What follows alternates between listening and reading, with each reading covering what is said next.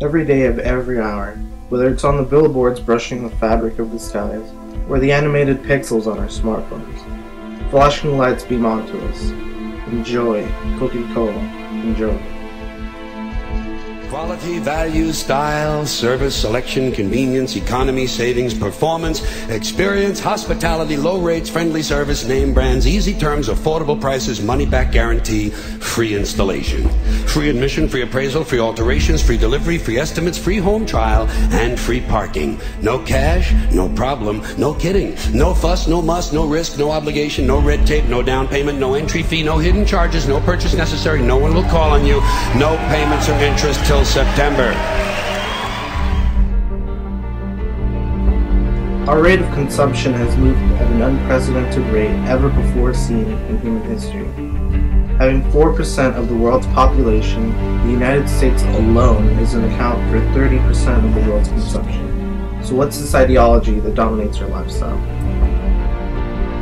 Consumption. It's the new national pastime. Baseball. It's consumption. The only true lasting American value that's left. Buying things. Buying things. People spending money they don't have on things they don't need. Money they don't have on things they don't need. So they can max out their credit cards and spend the rest of their lives paying 18% interest on something that costs $12.50. And they didn't like it when they got it home anyway. Not too bright, folks. 75 years ago, consumption in America and much of the first world was half of what we see today per person. Today's new consumer culture has been manufactured and imposed due to the very real need for higher and higher levels of consumption. And this is why most corporations now spend more money on advertising than the actual process of product creation itself. They work diligently to create a false need for you to fill, and it happens to work. Marketing campaigns spend hundreds of millions of dollars in advertising tactics, hoping you'll buy their products over the competitor. Bud wines. Bud wines. Yo quiero Taco Bell. While many commercials are funny and often amusing, others fill your head with the idea that you need to buy this product to better your life.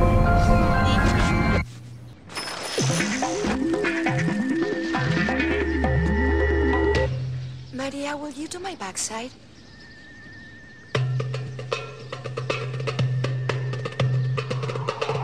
Boost your extra-sexual perception.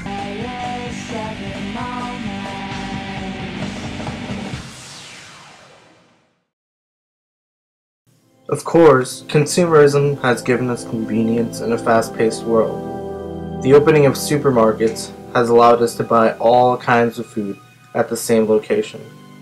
We are given countless variety, but unfortunately, this illusion is cut short. So for one of my survey questions asked, how many companies do you think produce the countless variety of meat at your local supermarket?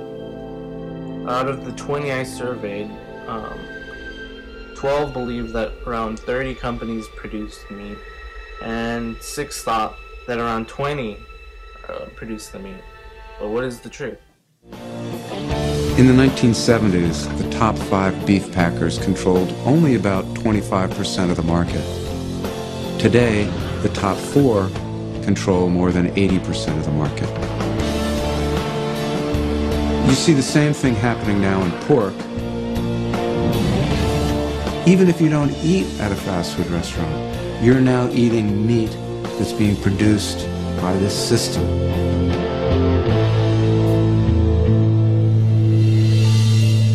You look at the labels and you see farmer this, farmer that.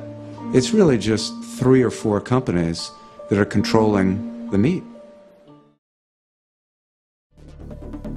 Currently, the rate of consumption is increasing at an alarming rate. That is, today people often wish to increase their buying and spending power and buy more products so they can keep up with others. Because of this huge continuously increasing consumer demand, the planet itself has run out of balance for many years, and this imbalance is now showing itself in form of climate change.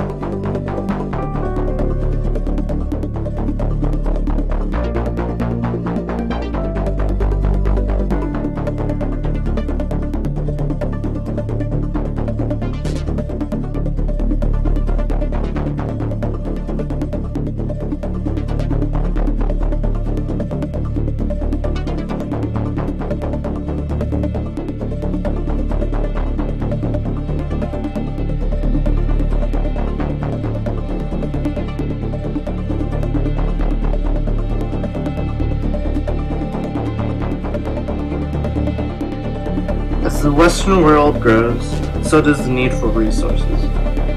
To this day, we have used about 1/3 of the world's natural material. So where do we turn for more? Perhaps the most common is that we will identify a country that has resources our corporations covet, like oil, and then arrange a huge loan to that country from the World Bank or one of its sister organizations. But the money never actually goes to the country. Instead, it goes to our big corporations to build infrastructure projects in that country, power plants, industrial parks, ports, things that benefit a few rich people in that country, in addition to our corporations, but really don't help the majority of the people at all. However, those people, the whole country is left holding a huge debt. It's such a big debt they can't repay it, and that's part of the plan, that they can't repay it. And so at some point, we economic hitmen go back to them and say, listen, you owe us a lot of money, can't pay your debt, so sell your oil real cheap to our oil companies. Allow us to build a military base in your country, or send troops in support of ours to someplace in the world like Iraq, or Consumerism has been imposed onto our lives, economy, society, and our environment layer by layer.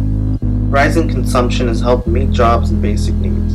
But as we begin a new century, this unprecedented consumer appetite undermines all the natural systems we depend on, making it harder for the world's poor to meet mere basic needs. It is now time to start its removal, one layer at a time. Small everyday changes are easier to implement than a vast philosophical revolution, but this eventually leads to that outcome. With this being said, the goal is to not focus so much on sacrifice, but to provide a high quality of life using the least amount of material.